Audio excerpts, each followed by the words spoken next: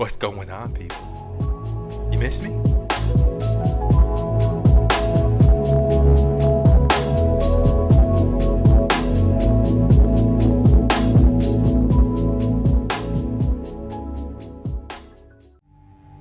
In the 1950s, a weapon was invented that has become more powerful than America's deadliest weapons of mass destruction. It is the weapon of mass deception, and it is right in our own living rooms. The hypnotizing world of picture television brings us the news of the world through two central news agencies called Reuters and the Associated Press. The Rothschilds bought Reuters in the 1800s, which later bought the Associated Press and made the Rothschild family owners of the world's largest central news services. To the present day, the world depends on these Rothschild-owned central news services as their main source of news and information. In his book called Who Owns the TV Networks, author Eustace Mullins claims that the major TV networks, radio stations, newspapers, and publishing empires are controlled by the Rothschild, Rockefeller, and J.P. Morgan money cartels through their corporate conglomerates. The bankster-owned media conglomerates include weapons manufacturers General Electric and Westinghouse, which profit from promoting wars. Control over the internet, publishing, recording, and top cable companies can be traced back to the same Big Five media empires: General Electric, Time Warner, Viacom, Disney, and News Corp. These media monopolies are owned directly or indirectly by the Rothschild, J.P. Morgan, Rockefeller, and Oppenheimer Brotherhood. Yes, there are now more stations and more media voices, but they're all coming from the same ventriloquist. Every TV show needs corporate sponsors, and corporate sponsors sponsor pro-business, pro-government programming, and journalists who support the agenda of the Big Five media owners. While two-thirds of the world goes hungry, these banksters offer gazillion-dollar sponsorships to sports athletes to play with their balls. Why? Because they keep the masses distracted from the important issues. The media and banking monopolists now have the power to make or break political leaders around the globe. Why haven't the networks made a TV movie of the week about how the Bush family made their family fortune? The movie could be called The Awful Truth, starring George W.'s great-grandfather, Samuel P. Bush, whose Buckeye Steel Castings Company supplies parts for Edward Harriman's railroads, who in turn provides rail shipments for John D. Rockefeller's Standard Oil, who in turn gets monopoly financing from the Rothschilds.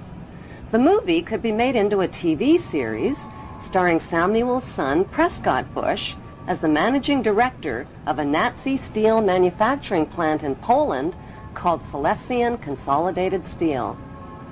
In episode 1, Prescott Bush forwards American financing to his German partner Fritz Thyssen through the Union Banking Corporation in New York.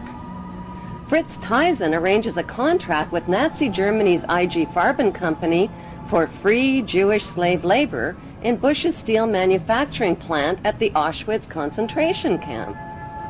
Episode 2 shows Skull and Bonesman Prescott Bush and Averell Harriman getting caught under Trading with the Enemy Act, as the U.S. government moves in and seizes all of their shares in Union Banking Corporation.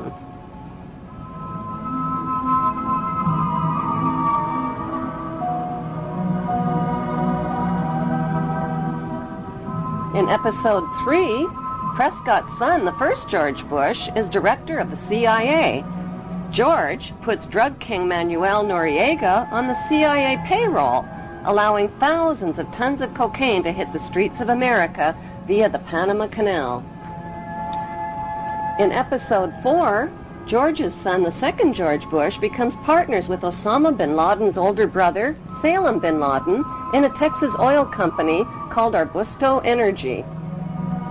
Episode 5 introduces George W.'s shady younger brother, Neil Bush, ripping off the elderly in the Silverado savings and loan scandal that cost U.S. taxpayers $1.3 billion.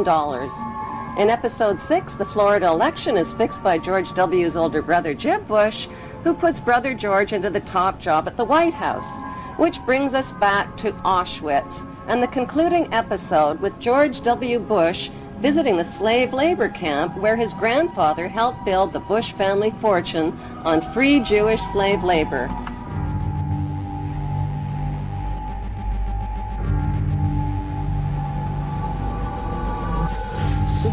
The sites are a sobering reminder that of the power of evil and the need for people to resist evil.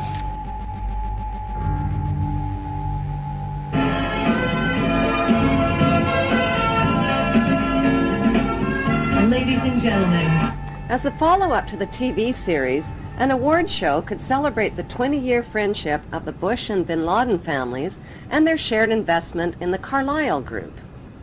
The Carlyle Group is one of America's largest weapons contractors. For the Bush and Bin Laden families, war means profits, big profits. Although the media creates the illusion of freedom of the press, the dominant opinion and messages always serve the banksters' agenda. The chilling reality is that up to 15% of the tax money deducted from your paycheck each month buys the bombs and pays the salaries of troops to commit these atrocities. Rivers of blood from innocent families and their children is on everybody's hands. The plan for world domination by the banksters cannot be accomplished without your cooperation. That plan was formulated in 1773 at Mayer Rothschild's goldsmith shop by 13 influential German Jewish families. Among them were Rothschild, Oppenheimer, Warburg, and Schiff. Their formula for global control is the 3M formula: money control, media control, and military control. 2, 1, mark, and visual confirmation. Like changes to the rules that gave these families the media and money monopolies, new laws are being passed to transfer military control to them by privatizing the military. But if they're killing terrorists, who cares if they are government soldiers or corporate soldiers? A more important question to ask is, who exactly are the terrorists and where do terrorists get their training? The answer is right smack in America at Fort Benning, Georgia. Until January 2001, America's terrorist training school was called School of the Americas, but because of massive protests against its activities, the name was changed to WISC, Western Hemisphere Institute for Security Cooperation. Actress Susan Sarandon narrated a documentary film called School of the Assassins. The film exposes the school as a terrorist training camp whose graduates are well-known murderers, torturers, state terrorists, and dictators, including drug king Manuel Noriega. The role of terrorists in the bankster-owned media is to scare the living tax dollars out of citizens, and timing is everything. On the second anniversary of the 9/11 attack on the World Trade Center, George Bush asked for an $87 billion increase in military spending. At the same time, the media released a dramatic video showing Osama bin Laden alive and well and threatening to make the 9/11 attack seem like foreplay. How much do we really know about America's favorite villain? Multimillionaire Osama bin Laden was the 17th of 52 children fathered by a wealthy construction baron named Mohammed bin Laden, who had close ties to the Saudi royal family and the Bush family. In 1979, the American CIA and Pakistan's ISI financed an anti-Soviet group in Afghanistan and provoked a profitable 10-year war with the Russians. When the Russians invaded Afghanistan, the CIA hired Osama bin Laden to recruit and train al-Qaeda fighters to fight the Russian army. Invasion. Anti-communist guerrillas in Afghanistan have been at the front line in the fight against the spread of communism. But what was the fight really all about? Not carrots or potatoes. It was about poppies, endless fields of opium poppies that provide over 70% of the world's heroin supply to heroin addicts worldwide. These are very uncomfortable issues for politicians.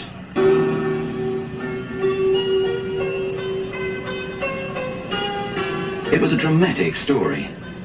But the media failed to tell us the less heroic side of Afghanistan's freedom fighters. America's new friends had become hooked on the economics of the poppy. During the war, many of the Mujahideen radically increased the production of opium, the raw ingredient of heroin. Opioid abuse in the United States is at epidemic levels. This is probably the worst drug situation in our country in decades, if not a century. With deaths more than quadrupling between 1999 and 2015. The international drug trade began in 1606 when Queen Elizabeth I built England's wealth by trafficking illegal opium from India to China. British East India Shipping Company and profited handsomely, not just from drug trafficking, but from trafficking African slaves with her slave trader, John Hawkins. First, knighted her slave trader with the noble title of Sir John Hawkins. By 1830, the British had distanced themselves from dope dealing by granting opium monopoly rights to the Jewish Sassoon family, who became known as the Rothschilds of the Far East. As an agent for the Crown, David Sassoon shared his dope profits with Queen Victoria. The British East India Company built a major factory to process the opium here at Gazipur. It's still a lucrative earner for the Indian government, which sells opiates to the world's pharmaceutical industry. When the Chinese banned opium and destroyed 600 chest loads of the addictive drug, Sassoon and the British retaliated. It was a financial disaster for the British. With huge profits at stake, they retaliated with the Opium Wars of 1843 and 1858. The forces of the market were to defeat China's moral prohibition. Sassoon and the British forced drug addiction onto an entire nation, stole the island of Hong Kong, and made Hong Kong the capital of the British international drug trade. In 1872, Queen Victoria knighted David Sassoon's son, Albert Sassoon, who spread the illegal opium trade throughout China and Japan. In 1887, Sir Albert Sassoon married Aline Carolyn Rothschild and joined the pirated fortunes of the Sassoon drug cartel with the Rothschild money cartel. Today, it's business as usual for the descendants of the Sassoon and Rothschild families, who socialize with Queen Elizabeth II and Prince Charles as elite members of Britain's inner power circle. Many have been granted royal titles like Sir, Countess, Baron, and Marquis, but their many victims aren't fooled by the crowns, the titles, and the tuxedos. They have very different titles for them. Titles like liars, thieves, dope dealers, and mass murderers. On the other side of the Atlantic, a member of the same opium smuggling syndicate, Samuel Russell, founded Yale University's Skull and Bones Brotherhood with drug money. Exclusive members were financed into political power positions in the CIA, the U.S. Supreme Court, and the White House. When Skull and Bonesman George Bush Sr. became CIA director in the 1980s, the CIA recruited Osama bin Laden to train al-Qaeda and Mujahideen fighters in Afghanistan. The job of Osama's trainees was not just to fight the Russian communists, it was to run Afghanistan's multi-billion-dollar opium trade. Heroin, manufactured from Afghan opium, supplied $250 to $300 billion annually to Wall Street and the U.S. banks. Authors Alfred McCoy and Michael Levine tied the CIA to this unholy drug alliance and received national attention when the CIA tried to suppress their books. Michael Levine became a best-selling author when he wrote about his experience of this unholy alliance. After 30 years' distinguished service with the DEA, he could write with some authority. You could look at what they did to me as an example in microcosm of Central Intelligence's actions and the State Department in completely subverting the drug war. You know, the drug war was something that only existed in the minds of Americans, on the streets of America, for kids like my brother, for cops who died. There was no drug war. The biggest drug dealers in the world were given a license to sell drugs to Americans to support themselves. And this continued right down from Southeast Asia, through the Mujahideen, through the Contras. But how was the heroin smuggled into the United States? One of America's most gruesome secrets is that during the Vietnam War, heroin was smuggled into the United States by hiding it inside the body bags of dead American soldiers. By the end of the 1960s, 1/3 of U.S. soldiers in Vietnam and close to 1 million United States citizens were hooked on heroin.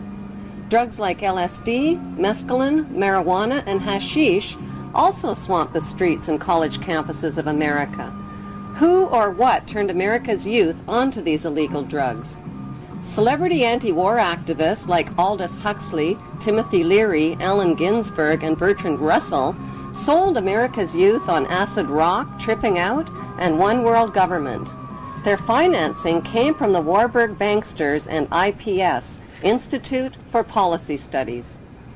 Over 100 million doses of LSD that hit the streets of America were purchased by Timothy Leary and Alan Dulles through S.G. Warburg's Sandoz AB Pharmaceutical Company in Switzerland. Free sample-sized packages of acid were handed out not only on college campuses, but at rock concerts, where musicians persuaded millions of fans to get high. Critics of the drug culture blame parents, teachers, law enforcement, and everybody except the people behind it all, namely the Rothschild-Warburg banksters and their Committee of 300. According to Dr. John Coleman, who wrote the story of the Committee of 300, the Beatles rock group were brought to America by the Tavistock Institute. Tavistock launched the drug culture revolution in America to popularize and normalize social drug use. Through their record companies and advertising monopolies, the banksters have packaged and financed their celebrity salesmen to anesthetize, addict, and enslave billions of people worldwide with dependencies on both prescription and non-prescription, legal and illegal drugs. Those drugs range from alcohol, nicotine, and caffeine to Prozac, crack cocaine, and heroin. Like the phony war on terrorism, the phony war on drugs is a cat and mouse game being fought with one hand and fed with the other.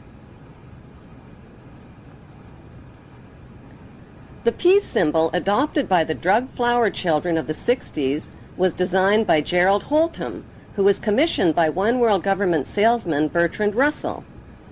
The symbol was never designed as a symbol of peace, but as a symbol of death. It is actually a cross turned upside down with the arms broken and is used by Satanists and in Druid witchcraft. In Germany, the symbol is known as the death rune and is found on tombstones of Hitler's Nazi SS officers. CIA's team of ex-Nazis and Skull and Bonesmen financed and trained Osama bin Laden, who pushed the Russians out of Afghanistan by 1989. The CIA then trained and installed the ruthless Taliban regime to run the booming opium trade. After a decade, the long friendship between America and the Taliban suddenly turned ugly. At a meeting held on December 4th, 1997 at Unocal headquarters, American oil men made a proposal to the Taliban about building a pipeline through Afghanistan. Rothschild Shell Oil and Rockefeller's Exxon Oil had invested billions in the Kazakhstan oil and gas reserves just north of Afghanistan. Now they needed a pipeline to transport it to the Persian Gulf. The Taliban demanded a bigger cut and turned down the proposal. Suddenly, the banksters' American-controlled media were calling the Taliban monsters, evildoers, and cruel villains who beat up on women.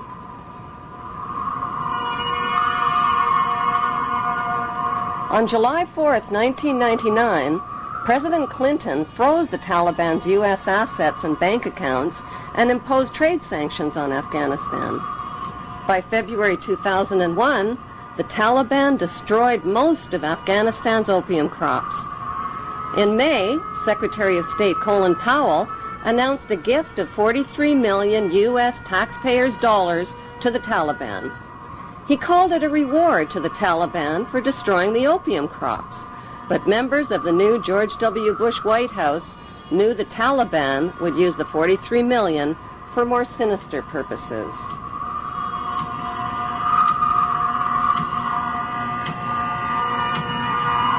The larger issue is not just not connecting the dots, but not getting the dots. Why was it that CIA was unable to collect information for years inside Afghanistan when they had authority to kill bin Laden for over 2.5 years? Why were they unable to kill him or his lieutenants?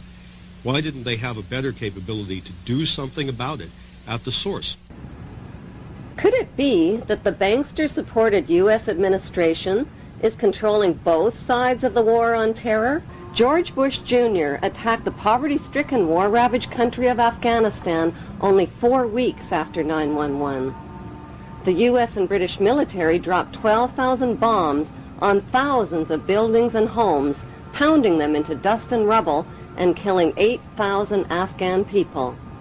20,000 more people died from war-related cold, starvation, and disease. Nobody made a big-budget TV production out of the massacre with a God Bless Afghanistan movie score. The U.S.-British war on Afghanistan left behind millions of starving people and thousands of women who are still veiled, still homeless, and still penniless. Afghanistan is the world's largest producer of opium and now the world's largest producer of heroin. علت دا ده چې 14 کاله دلته جنگ تیر شوی، زراعت تباه شوی، شفاخانې تباه شوي، تجارت تباه شوی، تعلیمي ادارې تباه شوي، مکتبونه تباه شوي، سرکونه تباه دي، ولږه ده، فقر ده، خلک بله چاره نه لري څه وکړي. There can never be peace and democracy in Afghanistan. Why? Because peace and democracy would expose and cut off corporate America's opium and heroin trade at the source. So what was the payoff for the U.S.-British war on Afghanistan? 1, the uncooperative Taliban warlords got kicked out and replaced by the cooperative Northern Alliance warlords. 2, opium and heroin production and revenues skyrocketed. 3, Afghanistan got a new leader named Hamid Karzai, who just happens to be an ex-employee of Unocal Oil. 3, America got permission to build their oil and gas pipeline through Afghanistan. In the 1980s, the United States supported Iraq's invasion of its neighbor, Iran, to stop the spread of Iran's Islamic Revolution. America played both sides of the Iran-Iraq war by supplying Saddam with chemical and biological weapons of mass destruction, and at the same time, America secretly sold weapons to Iran and illegally diverted the money to the Contra-revolutionaries in Central America. During the war, the United States sent a special envoy to see Saddam in 1983. He was Donald Rumsfeld, now the U.S. Defense Secretary. The two men discussed how to reinforce Iraq against a common enemy. This was at a time when Iraq was using chemical weapons on Iranian troops. U.S. companies were supplying components with Washington's knowledge. By 1990, President George Bush Sr. tricked Iraq into another war with another oil-rich neighbor, Kuwait. How? By supplying Kuwait with horizontal drills that could reach beneath the border of Iraq and siphon oil from Iraq's oil fields. Kuwait used the U.S.-made drills to steal 300,000 barrels of oil per day from Iraq, worth over $3 billion annually. The fuse was lit, and Kuwait did nothing to put it out. They pumped oil without restraint from Rumaila oil field, which was accessible to both Kuwait and Iraq, and they exceeded OPEC quotas, flooding the market and driving prices even lower. George Bush Sr. officially promised not to interfere in Iraq's legitimate oil battle with Kuwait, but when Saddam's army entered Kuwait to defend their oil reserves, Bush pounced on them. Our goal is not the conquest of Iraq. It is the liberation of Kuwait. America disposed of its toxic waste problem by building radioactive depleted uranium right into their bombs and dropping them on Iraq. Bush Sr. not only devastated and poisoned Iraq's water systems and infrastructure, he weakened the economies of both Kuwait and Iraq, collected giant profits from rationed Iraqi food for oil programs, and landed massive rebuilding contracts in Kuwait. Bush Sr. followed up the Gulf War with 10 long years of deadly trade sanctions that killed another 1.5 million Iraqi people, including 600,000 children who were cut off from medical supplies. A bookstore in the United States today, you can find 50 books celebrating different aspects of the war and how grand it all was. And you only find one that points out that this was a war crime, that demonstrates the evidence that shows that we deliberately targeted civilians and killed more than 250,000 people in Iraq. You'll be fighting not to conquer anybody, but to liberate people. In March 2003, President George Bush Jr. launched the Second Gulf War.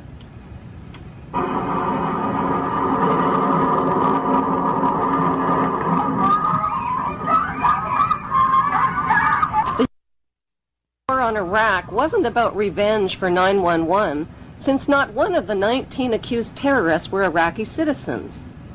It wasn't about weapons of mass destruction, which inspectors hadn't found. It wasn't even about Saddam Hussein, who had been financed into power by the U.S. in the first place and who got his chemical and biological weapons from American companies. No, the U.S. wars against Iraq and against Afghanistan were about mass murder and piracy. They were about big weapons sales, big oil, big pipelines, big drugs, and big rebuilding contracts. They were about colonizing the Middle East and moving 2 giant steps closer to world domination. Private First Class Lindy England may never have figured these images would beam into the homes of millions of horrified people. Whatever she might have thought at the time, she says she and her comrades had no choice. So to stand there, give a thumbs up, smile, stand behind all the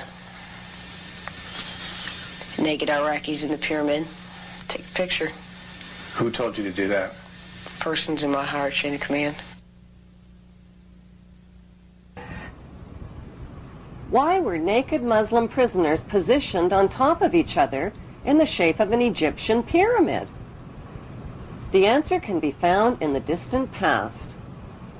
In ancient times, Iraq was called Babylon. The year is 586 BC. The armies of Nebuchadnezzar, king of Babylon, descend on Jerusalem with the wrath of an angry God. It is almost 6 centuries before the birth of Christ. The Romans have not yet even dreamed of empire. It is a dark chapter in the history of the Jews, while Babylon's fierce star is rising. The Bible describes the Babylonian attack. Homes are pillaged, King Solomon's temple is set ablaze and utterly destroyed. Saddam Hussein made the mistake of comparing himself to Babylon's King Nebuchadnezzar.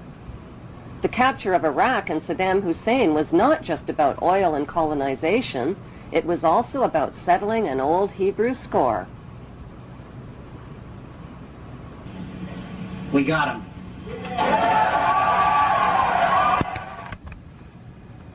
On December 13th, the producers of 911 released a new reality TV show called We Got 'Em.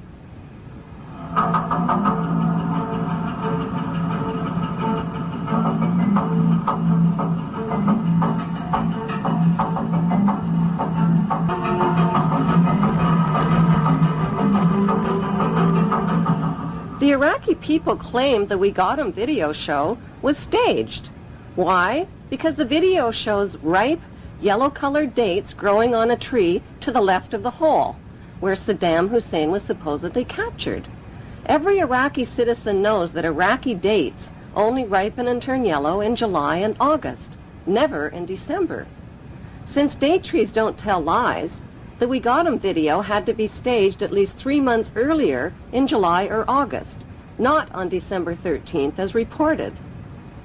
How could Saddam, who is almost 70 years old and over 6 feet tall with a bloated belly, squeeze in and out of a hole that small? How could he have grown a beard that long in such a short time? Why did he dye his hair black while in hiding? For his CNN close-ups, perhaps? There are 3 books which clearly map out the Zionist plan for world domination.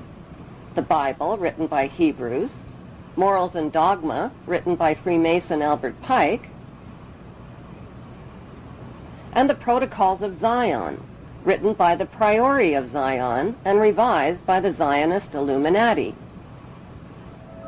The Zionist plan is to create an apocalypse that will exhaust and depopulate the masses through deadly designer viruses, global terror, economic disasters, and nuclear war, when the remaining survivors will gladly embrace the promises of a handsome, charismatic new leader who will unveil his plan of hope for eternal world peace.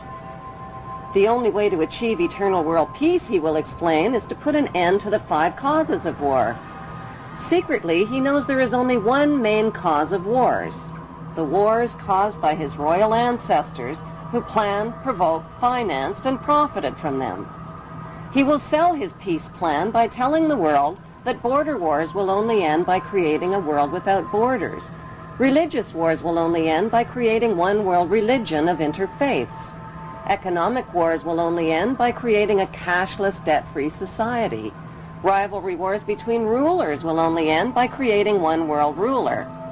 The tools used for war, from handguns to nuclear bombs, will be eliminated, and one world army will be created, which will guarantee world peace. How will this eternal peace plan be accomplished? Through the United Nations, which is the brainchild of the Committee of 300 Ruling Families. The UN is their vehicle for world government and is located on 18 acres of prime Manhattan land donated by the most visible of the ruling families, the Rockefellers. The UN is a closed organization with no public records or open meetings. U.S. taxpayers have already invested $2 trillion in this world authority.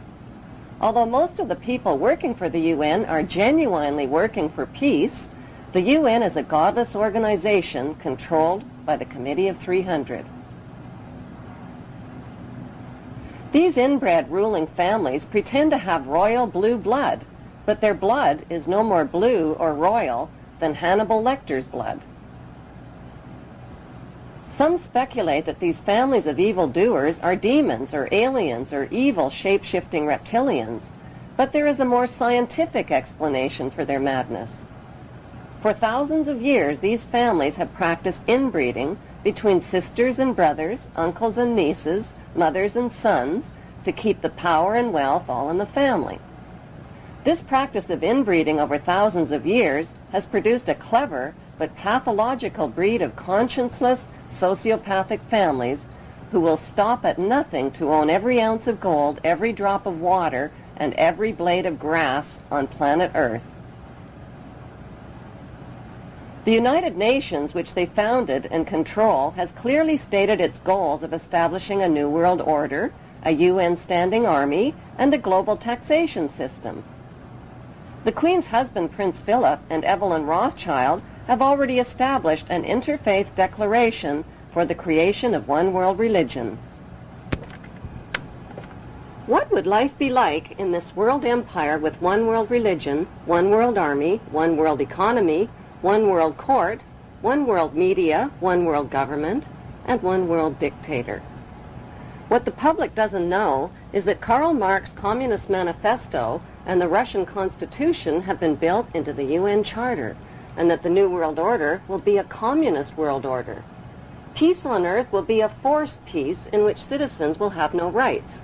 No right to bear children without approval, no right to travel without authorization, no right to own private property, no right to privacy, no right to bear arms, no right to protest, no right to receive an inheritance, no right to choose an education or a job or even a place of residence, and worst of all, no right to live.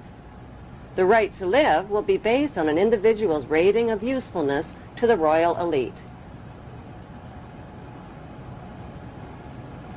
In this planned world without borders or nations, citizens will be disarmed of all weapons, including handguns, and will have no means to protest, fight, resist, or challenge this one world authority who will control them spiritually, economically, and militarily.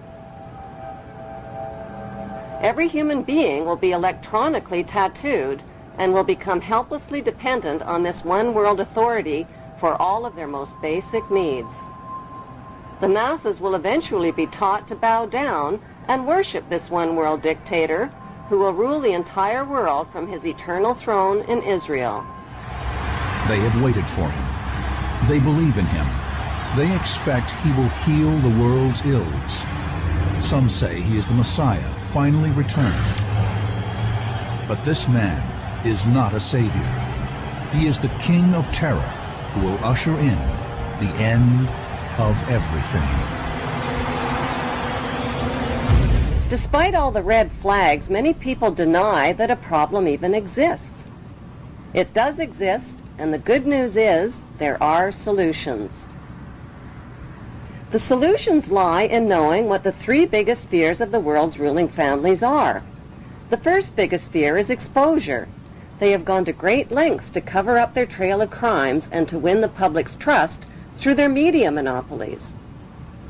Without public trust, their ancestral plan for global control is doomed. Their second biggest fear is losing public support. If the public stops cooperating, their plan is guaranteed to fail. Their third biggest nightmare is organized resistance by an informed and fearless public.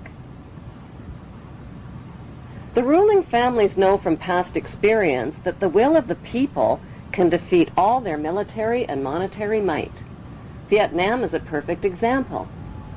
There is no doubt whatsoever that these ruling families can be totally defeated by turning their three worst fears into a reality.